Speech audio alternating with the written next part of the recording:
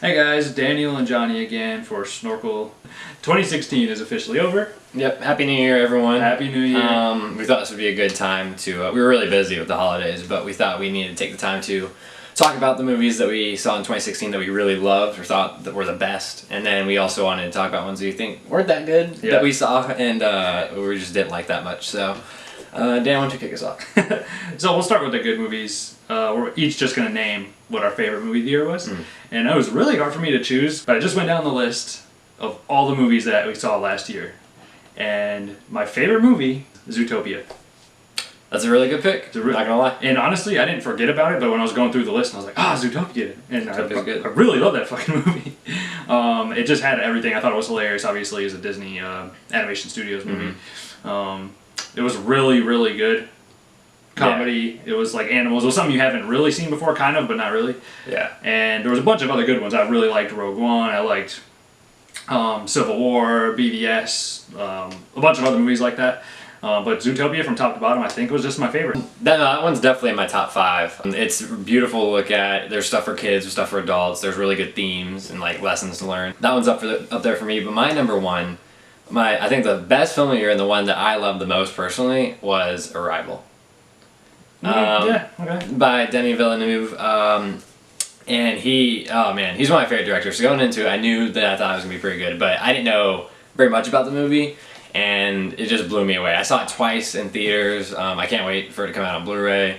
I really did like Amy Adams in that movie. It was just unique. It was something you haven't seen before. It was not Independence Day resurgence at all. No. It was just a very unique take on alien encounter type movies. Yeah, it's really smart, and there's a lot of heart to it, and the cinematography and the music and just everything really came together for me. A few other ones that I really loved, BVS, obviously. I probably saw that movie more than any other movie in theaters or on Blu-ray. That was one of my cool experiences, if not the best, coolest experience I ever had. That doesn't make any sense. It was probably my best experience in the movies ever, maybe, because we were super hyped for this movie, especially Johnny. And I obviously wanted to see it as a movie buff.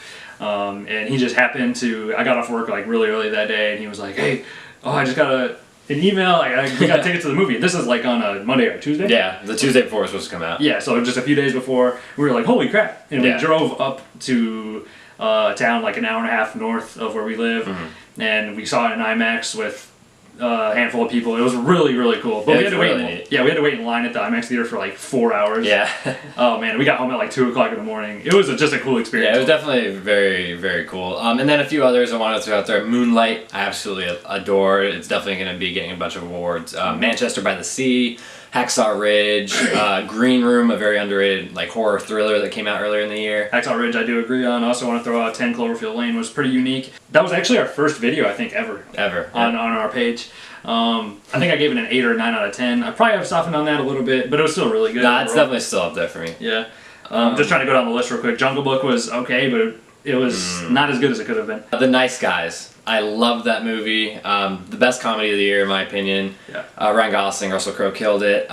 Civil War. Really. I like Civil War a lot. That was one of the better blockbusters, I thought. Moana was great. Yeah, that's probably a top 10 for me, definitely. Kubo is top 10 for me. The worst movie I saw this year, and to be clear, we don't really see a lot of bad movies. We try to avoid them for the most part, but one movie I saw and I just did not like, you didn't see it, was The fucking Secret Life of Pets.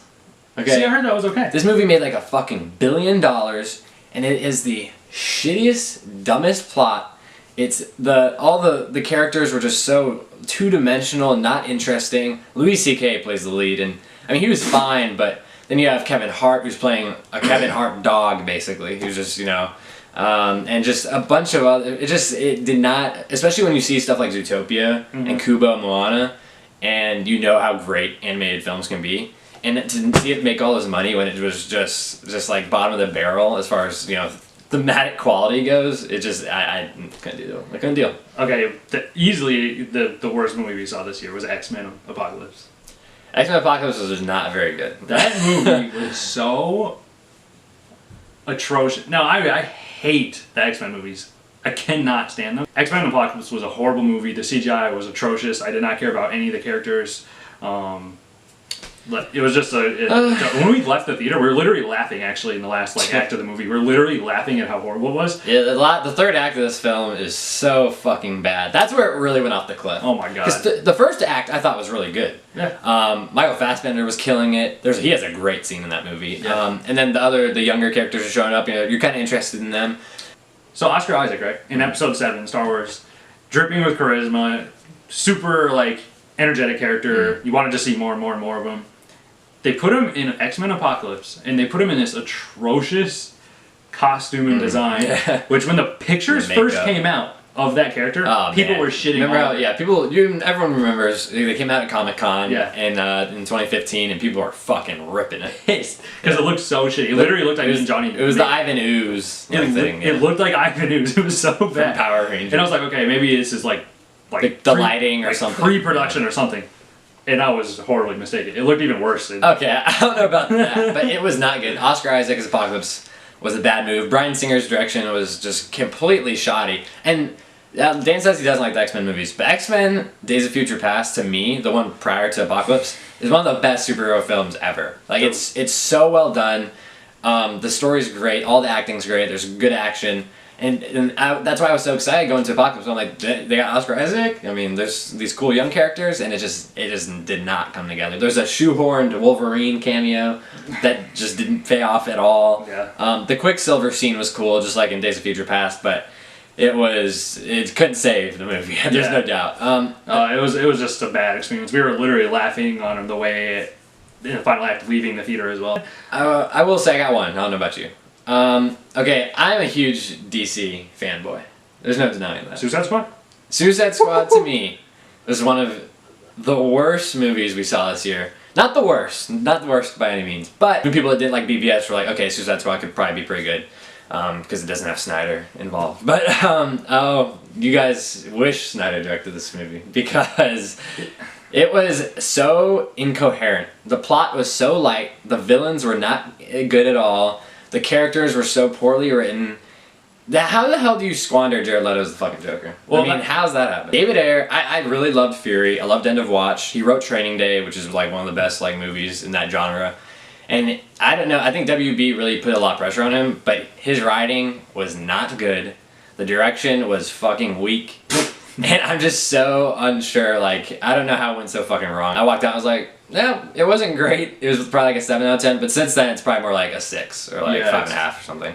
It's not great. They definitely rushed it and wrote the script in like 6 weeks, supposedly. Well, there you go, guys. Zootopia, and your best was? Arrival. And your worst was?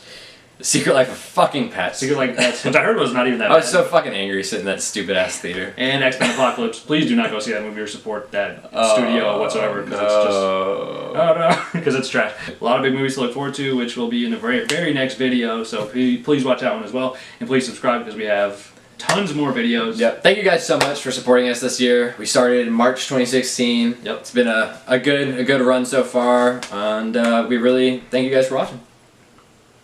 See you next video. Okay.